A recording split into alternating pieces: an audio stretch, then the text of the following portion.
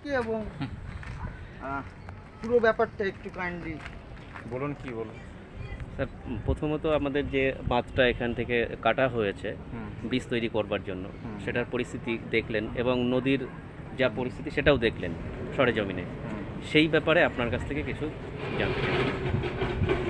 এইখানকার এই যে বাঁধটা রয়েছে সেটা তো অবশ্যই এখানকার ফ্লাড প্রোটেক্টিং বাঁধ।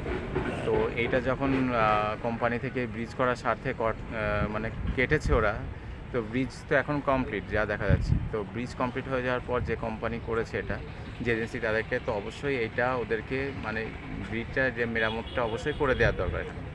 না হলে ধরুন এখন ফ্লাড সিজন আসছে, যদি জল বেড়ে যায় তাহলে তো এটা তো কৃষ্ণনগর এর মধ্যে একটা ফ্লাডের সেখানে তো একটা ব্যাপার থাকছেই। এবং স্যার, স্থানীয় মানুষ কিন্তু বললেন, স্থানীয় মানুষের কাছ থেকে আমরা শুনেছি, স্থানীয় মানুষরা সেটাই বলছেন যে এটা খুবই ইম্পর্টেন্ট। হ্যাঁ, তো ওনারা তো বলেছেন আপনাদেরকে যে আমরা এটা করে দেবো, কিন্তু এখনো করে দেয়নি, তাই না? আপনারা সেটা এখনো না, ওদের তরফ থেকে কোনো ইনিশিয়েট আপনারা দেখেন না।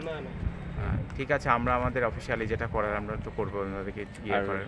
নদীর ব্যাপারে আপনি নদীর ব্যাপারে দেখুন, জলঙ্গি নদীতে জল কম, এটা তো একটা ইন্টারন্যাশনাল ব্যাপার, যেটা যেহেতু এর উৎসমুখটা বন্ধ হয়ে গেছে।